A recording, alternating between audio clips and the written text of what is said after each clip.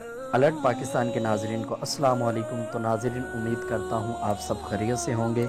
تو ناظرین، آج کی ویڈیو بنانے کا مقصد یہ ہے کہ حافظ سعد حسین رضوی کل جمعہ پڑھائیں گے یا نہیں، اسی حوالے سے میں آپ کو بتاؤں گا۔ تو جیسا کہ آپ جانتے ہیں، حافظ سعد حسین رضوی کو گرفتار کیا ہوا ہے، تو ابھی تک رہا نہیں کیا۔ تو اس حوالے سے حضرت علامہ مولانا فاروق الحسن اور شفیق امینی صاحب اور شاہ صاحب اور جتنے بھی ہمارے تحریک لبیک کے سربراہ ہیں، وہ کل کیا کریں گے اس کے بارے میں کہ حافظ صاحب ابھی تک رہا نہیں ہوئے اور جمعہ کون پڑھائے گا۔ اس حوالے سے میں آپ کو بتاتا ہوں کہ جیسا کہ آپ جانتے ہیں، دھرنے بھی ہوئے ہیں لاہور میں، تو کافی شہادتیں بھی ہوئی ہیں اور کافی زخمی بھی ہوئے ہیں۔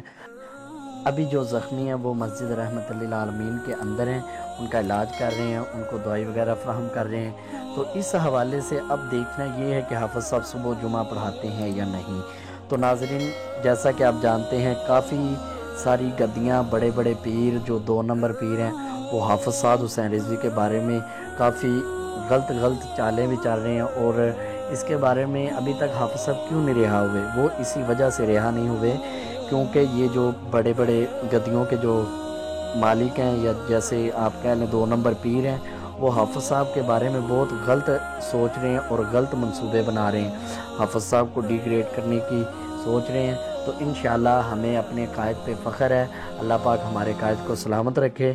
تو اب آپ کو میں انشاءاللہ صبح اس کی اپڈیٹ دوں گا کہ حافظ سعد حسین رضوی کل جمعہ پڑھاتے ہیں یا نہیں۔ اس کے بارے میں انشاءاللہ آپ کو صبح بتاؤں گا۔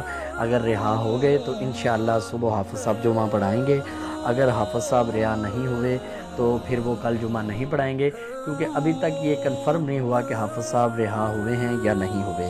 ابھی یہی بات چل رہی ہے کہ وہ باہر نہیں آئے، وہ قانونی طور پہ اپنا جو سارا پروسیجر کر کے اسی طریقے کے مطابق باہر آئیں گے، ابھی یہی بات چل رہی ہے۔